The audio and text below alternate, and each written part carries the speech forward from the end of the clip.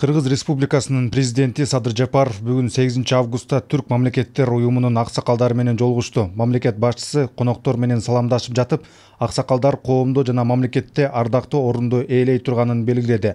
Алардын кадыр баркы талашсыз жана тарыхтын жүрүшү алардын таасири менен аныкталарын белгиледи. Садыр Жапаров аламдашуу доорунда жана көптөгөн элдер өзүнүн түпкүлүгүн жоготуп алган мезгилде Түрк мамлекеттер уюмунун алдында аксакалдар кеңешин түзүлгөнүн өзгөчө маанилүү экенин канааттануу менен баса белгиледи.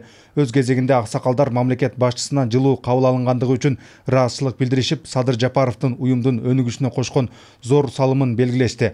Алар Түрк мамлекеттер уюмунун аксакалдар кеңешинин негизги ишмердүүлүгү менен таанышып, мындан аркы өз ара кызматташуу үчүн мамлекеттер ортосунда чоң потенциал бар экендигин баса белгилешти.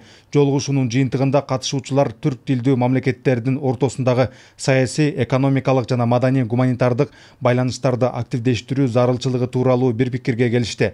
Президент Садыр Жапаров жолугушууда Кыргыз Республикасы менен Түркия Республикасынын ортосундагы достукту жана кызматташтыкты чыңдоого кошкон зор салымы үчүн Түрк мамлекеттеринин аксакалдар кеңешинин төрагасы Бинали Йылдырымды Данакер ордени менен сыйлады. Эске салгандай, 2 айдан кийин Туркияда Кыргызстан демилгелеген 4-үнчү дүйнөлүк көчмөндөр оюндарын өткөрүү пландалууда. Азыр кыргыз тарап кыргыз маданиятын, турмушун, каада салтын жана искусствосун жайылтууга басым жасоо менен бул оюндарга спорт, маданият багытына да катышууга активдүү даярдык көрүүдө.